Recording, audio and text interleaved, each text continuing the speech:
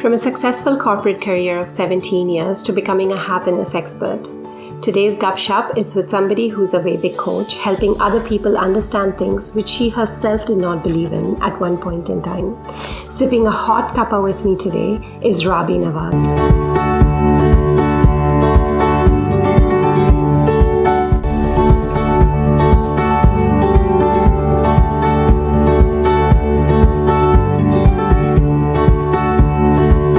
Thank you so much, Rabi, for joining me here today. I'm very sure that your story is going to get everybody so excited. Thank you for having me here today. It's a pleasure. But before we dive into the details of your story, if I ask you to put your finger on that one particular incident which made you feel that, I need to take the next step or I need to kind of change my path, what was it?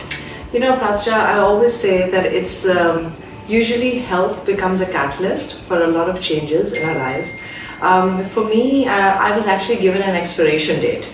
So in 2013, towards the end of 2013, the doctors had suspected I may have cancer.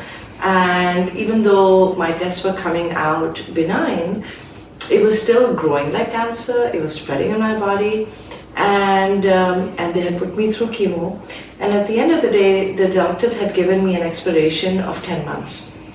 And I think at the time, I was so disconnected with myself that all I could think of was, my next meeting is in 45 minutes, will I make it back to the office? But interestingly enough, I took a 5-day vacation and came to Dubai. And over a conversation with my friends, when they asked me, how long are you here for? I told them I'm here for 5 days. And they said, who takes themselves so seriously? Why are you here on another continent for 5 days? So I said, okay, let me go extend my trip. And when I came back and I talked to them, I just told them the last time I had taken off for more than 5 days was in '97. And I was in high school at the time. So my friend's husband made a joke and he said, what is it that you want to do in life? And I said, I've always wanted to make an impact and be an entrepreneur. And he said, it's your husband and kids that are holding you back. And the funny thing is, I don't have a husband and I don't have kids. So when he said that and he left, I sat there on the balcony in Dubai Marina and I thought to myself, and that's the time, I said, what is holding me back? And oh my God, the doctors had just a month ago told me I may only have 10 months to live. I think that conversation hit me, and that's the time I remember sitting there that night thinking to myself, I need to make a change. I cannot just expire. I haven't really done anything purposeful or impactful. I've been in my corporate life, I've been very successful, but what is the impact that I've really made? So that, I know it's a long-winded answer, but that exact point I remember that night became the catalyst in my head for me to say, I need to make a change. So, like you said, you were in the corporate world, so meetings and strategies and the other grinds of the corporate life. And here you are as a Vedic coach. Mm-hmm. How did this happen? So, I think this is such an interesting concept for me because I was actually born in Pakistan, being Muslim. So, Vedic is not something that we are taught or even I was aware of since I was a child. But it was a very interesting trip to one of the astrologers that my friend took me to, and I very reluctantly went to. That really made me, left me kind of dumbfounded. I went to the astrologer thinking that, what is it that he's going to tell me that's going to wow me? And honestly, he ended up wowing me because he ended up telling me a lot of things about myself that actually nobody knew. And so that, I think, moment started this introspective journey within me. And I came home and I said, what? My logical brain said, this is a science, and so if 2 + 2 = 4, then I better learn what those 2 + 2 is. And I think that became my journey. It was the intrigue of how did this one man know so much about me. I think that intrigued me. And I started studying and researching about Vedas. And before I knew it, it just drew me in. Right, very interesting.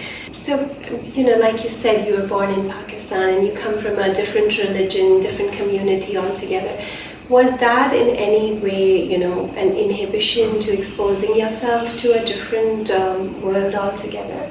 Actually, no. What was really fascinating is, because to be honest, before that, I did not know much about the Vedas, the Hindu religion, or the scripture and anything. But I think for me, it was the fascination that it was not necessarily religious, it was more about a spiritual journey about oneself.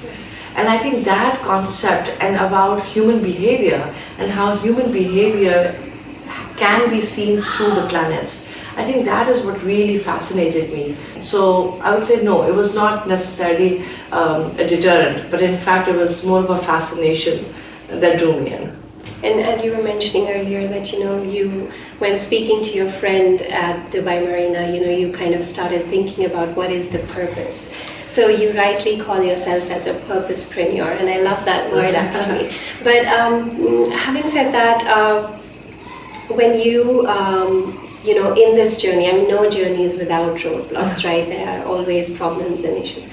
What is one of the biggest challenges you faced? I would say two challenges. The number one challenge, when I first initially started on this journey to learn it, I realized that, to be honest, about 80% of information online that's available about Vedic is not correct, because it's very fear-based. And I think that for me became more of a challenge that I wanted to overcome.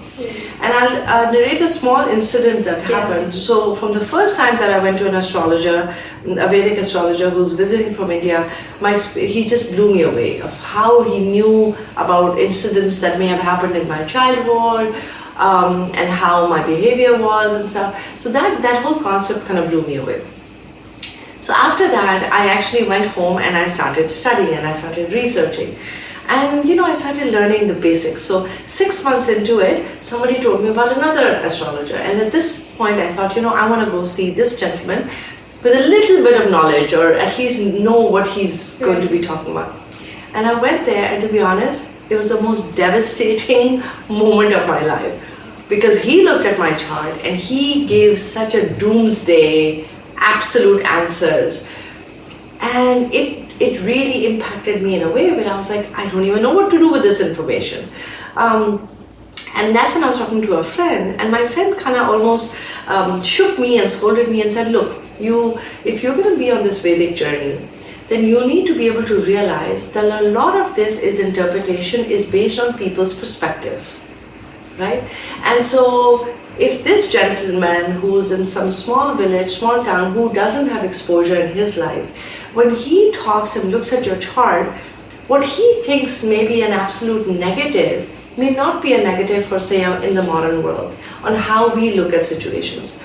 For example, for him to look at my chart and think at the time I was 36, and he thought, oh my God, you're not married. So to him, it may have been the end of the world, but for me, I know my journey has been so fulfilled that it was not, and marriage was not something that was constantly on my mind. So again, it became about perspective. So that was the one roadblock that I wanted to overcome, was to understand that, the way the planetary analysis is, I literally would look at every planet and every house and say to myself, what is it that it's asking me? It cannot be negative, because my basic kind of principle in life is, I believe in one God or universe, whatever you want to call it. And I believe the universe is not cruel. So if each one of us have certain kind of placements, it's not there to punish us. But it's there for us to understand more of what is it asking from me. And I think that was the one roadblock, was to kind of gain knowledge without being swayed by fear-based negativity text that's out there. That was one thing. And now that I'm a practicing coach, the other roadblock I would say is when people come to me and they're not ready to change. So when they're aware, they come to me, we talk about the situation, and yet, they are not open to wanting to change their perspective. Right. And I think that to me becomes the most disappointing and challenging. Because if I can just kind of show everybody that with this planetary analysis, honestly, all it does is tells us what our greatest potential is. Yeah. That each one of us is able to accomplish. Exactly. So that's my next question, that, Vedic planetary analysis. Honestly, at one point in time, and I won't lie, I used to think that, there's science and you kind of know what the planetary position is, it's going to predict my life. There's nothing much to it. But now I know, after my conversation with you, that I'm wrong. So maybe that is something which you could tell our listeners as well. What is Vedic planetary analysis? So, Aprazita, I won't say that you're wrong, because absolutely, it's one of the most powerful tools, I think, that exists. And the beauty of it is, I honestly call it our life's compass. And it's funny, if you look at the planetary chart the way it is, it actually does look like a map. It looks like a little compass. So, it does have the ability to predict future. I don't think that's the primary focus for why this came. This knowledge, this body of knowledge was given to us for us to be able to understand and navigate through our life. It basically says, here is certain placements of how I'm born. Each of those placements indicate what I have inherited from my parents in terms of behavior, in terms of our nature. And how to navigate to where I'm going. So there could be a certain planet that's impacting your life today. And all it's asking from you is, you need to understand what is that energy of the planet asking from you. And what kind of energy you need to bring to the forefront. So I think that is essentially what it's meant for. And if we understand that, it helps us understand ourselves better, our reactions better, our relationships better. We will be able to manage our triggers, Right. And I think handle life better. Yeah, no, you're right. I think over the years it's just been connected with a lot of, I would say, false alarms as well, that this is about to happen, if you do this will improve, or you do that. And I think people have, like you mentioned earlier, there's a lot of fear associated with it. Absolutely. Yeah. So, it's also been sensationalized, right? Yeah. So unfortunately, like in any situation, things get manipulated, right? And so I always tell my clients, my objective is not to have you keep coming to me for life. That is not my objective is to empower you with enough knowledge about your own self and your own chart, that you sit with yourself and almost kind of play that self game with yourself to say, okay, if my sun is placed here, and I understand what sun means, and I understand what this house means, what is it asking from me? What is it requiring from me, say, in my relationship with my father? What is it saying to me, how I present myself to the world? So it's more about that. Instead, what happens is, when we are filled with fear, and it's a certain astrologer that's telling us, oh, something bad is about to happen, what happens is we keep going back to it. And that becomes almost a toxic relationship. Right. So I always say, even with your therapists and any kind of coaches, you're not meant to have a very long-term relationship. You're meant to learn certain tools, gain that understanding about yourself, to then kind of take charge of it yourself. Not have that dependency externally. So, I'm sure as a coach, there's so many lives that you help to sort, and everything would be special. But if I have to ask you about one or two, or how many ever incidences or stories that really hold close to your heart, would you like to share something? Like you said, there are many stories, and and I think now that I've been doing this for a good 8-9 years now, and it's still, I must say that every time I sit with a client, it leaves me in awe, because this body of work, this body of knowledge, I should say, is so fascinating, Prajita, and it's so vast that it almost leaves you in awe. So before I tell you an incident, I'll tell you that, at no point, like I call myself a researcher. Because every day you are constantly learning, and with every chart. So one of the stories that I really hold close to my heart was one of my clients came, and she's a super smart lady who's actually a psychologist.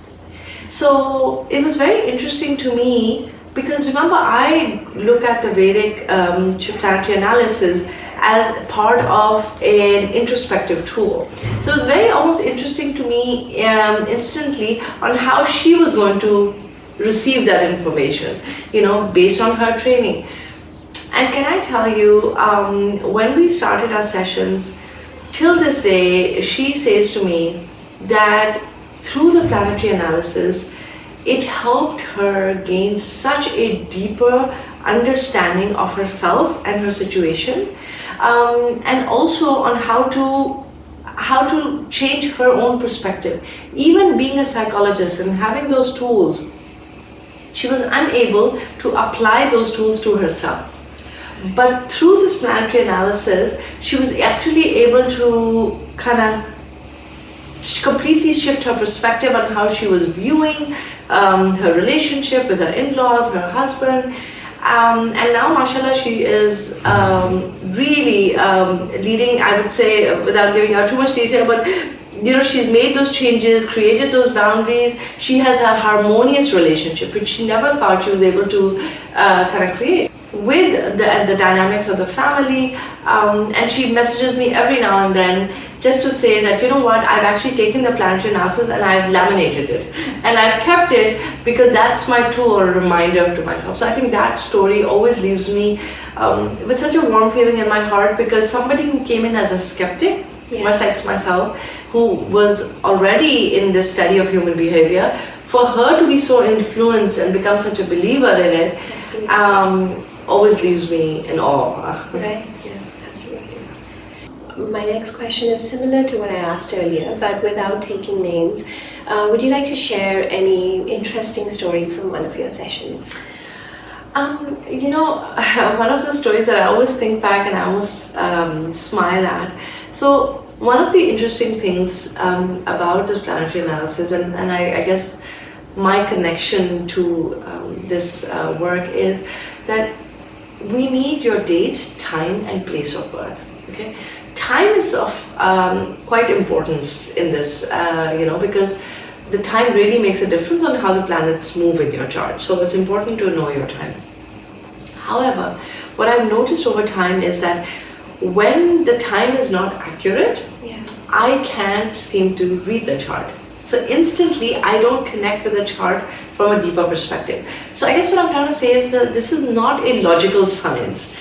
There is logic, but then there's a huge portion of it which is the more intuitive work. And so I feel blessed in a way, but that becomes my filter. So I had a young client come to me.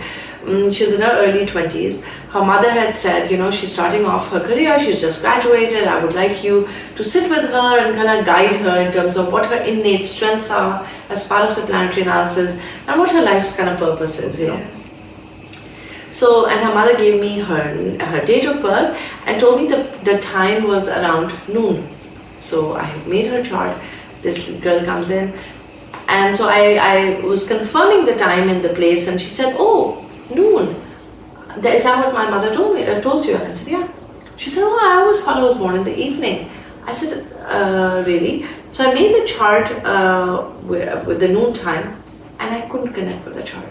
So I said, "Okay, I want you to tell me, what time do you think?" She said, "I've never really looked at my time, but I don't know why I had this feeling." So I said, "Okay, just close your eyes for a second and just, what's the first number that comes to your mind?" She said, 5 p.m. I said, "Great." So I made the 5 p.m. chart and I could instantly connect. And we had the whole session. And it was very good. But as she was leaving, she says to me, "But I'm still kind of like, you've done this and I've connected and it was a really good session, but my mind says, what if the time is wrong? Did we do the entire analysis wrong? But my mama did tell you that it's noon." So I said, I think that the way we connected and the way how deeper we got into it, I'm pretty sure it's 5 p.m. She went off. Literally 4 days later, I think she went back and she started doing the research and she started looking at because her mind was not letting her accept all of these things. So she went back and she sent me a picture, and the picture said it was her birth certificate with her time, and guess what her time of birth was? 5:05. Oh wow. So I always tell people, so that to me, it was like a huge validation again to myself as well. But also I always say, our soul knows when we're born. But it's our mind that kind of overtakes and we overthink and we try to control situation. But if we are in the flow, each one of us has a very strong inclination of when we came in this world. And I think that's what the chart. So to me, that was like one of the most interesting things. That's very interesting. But on that note, I mean, are there some fun planetary analysis which you think each of us should know about? Look, I think all of us have all different planetary analysis to your personality are a lot of fun, you know. But some of the interesting ones I'll tell you are, for example, the planet Jupiter. I'll just tell you a little bit about the planet itself. So Jupiter is known as Guru. So it's one of the wisest planets, right? That's where we get our innate wisdom. But guess what?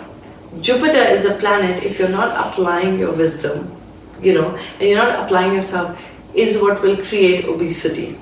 A lot of us gain weight because of Jupiter. So it's because Jupiter is all about expansion. So it's about growth and expansion. So guess what? If you're blocking your own growth, you're going to end up expanding in your own body. So it's a fun, fascinating fact about it. So just like that, there are actually personas for every planet. So every planet has a certain persona and a certain personality. And I think that in itself is quite fun. Absolutely, yeah. It's quite interesting. So, Rabi, it's a busy world. You know, everybody is busy with achieving their goals and meeting their own expectations and running after things. And no matter the fact that we like it or not, I don't think it's going to change very easily or may never change.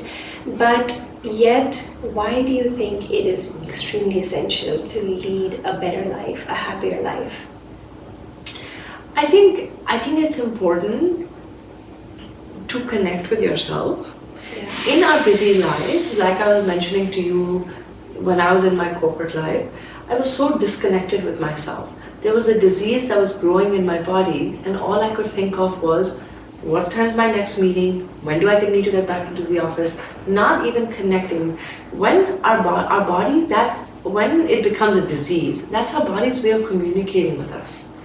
So when it's already become a disease, that's our body screaming out for help. You know.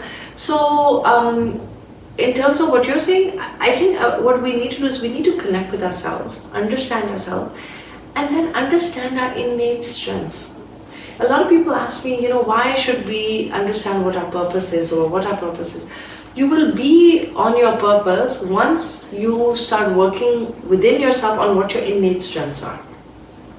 If you're a creative person, Aprazha, but you tell me that no, I make more money being an accountant and that's what I'm going to do, you're being so far, you're innately creative. So there's a reason why universe has given you the creativity. I would say actually you're going to end up being more miserable. You may have a lot of money, but you're going to end up being more miserable. But actually, if you follow your instincts and follow your strengths, you will lead a more happier and fulfilled life. So to all those busy people in their corporate life, I would say connect with yourself and really listen to your own self and understand what your strengths are and operate from that place. Right. No, that's actually great advice. Yeah. So, okay, I'm going to do something which I haven't done for a very long time in my interviews. Sure. So I'm going to give you a couple of sentences and you need to reply in one word. Just one word? Just one word, strictly, whatever comes to your mind. Okay. Your feelings now. Excited. 10 years from now. Fulfilled. First thing you notice about a person. Their eyes.